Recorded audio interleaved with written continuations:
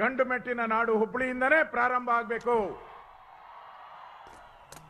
ಈ ನಾಡಿನಲ್ಲಿ ಪ್ರಾರಂಭವಾದಂತ ಎಲ್ಲ ರ್ಯಾಲಿಗಳು ಬಿಜೆಪಿಗೆ ಶಕ್ತಿಯನ್ನ ತಂದುಕೊಟ್ಟಿದೆ, ಜಯವನ್ನ ತಂದುಕೊಟ್ಟಿದೆ.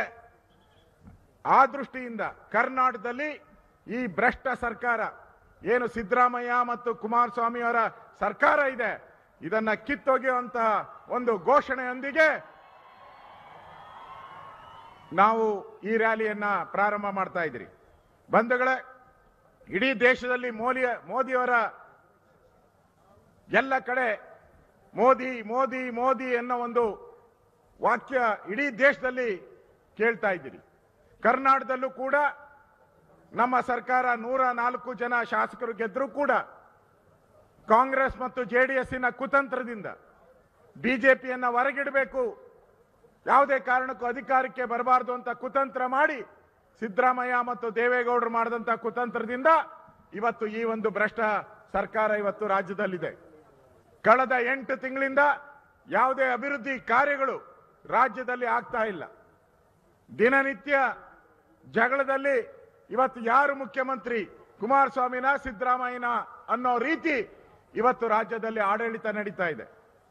ಈ ಡೊಂಬರಾಟ ಸಾಕು.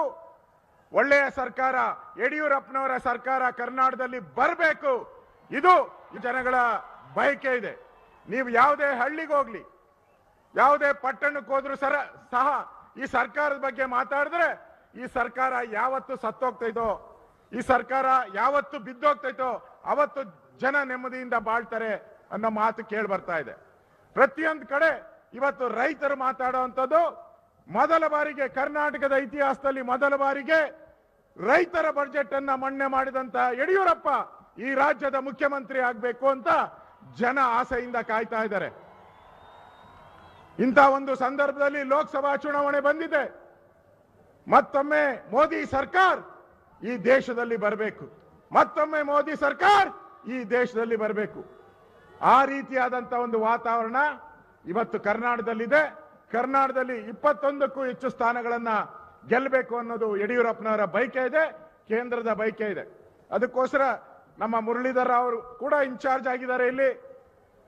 ಇಲ್ಲಿ ಕರ್ನಾಟಕದಲ್ಲಿ ಆ ಒಂದು ಗೆಲುವನ್ನ ತಂದುಕೊಡುವಂಥದ್ದಕ್ಕೆ ಹುಬ್ಳಿಯನ್ನ ನಾವು ಆಯ್ಕೆ ಮಾಡಿದ್ದೀರಿ.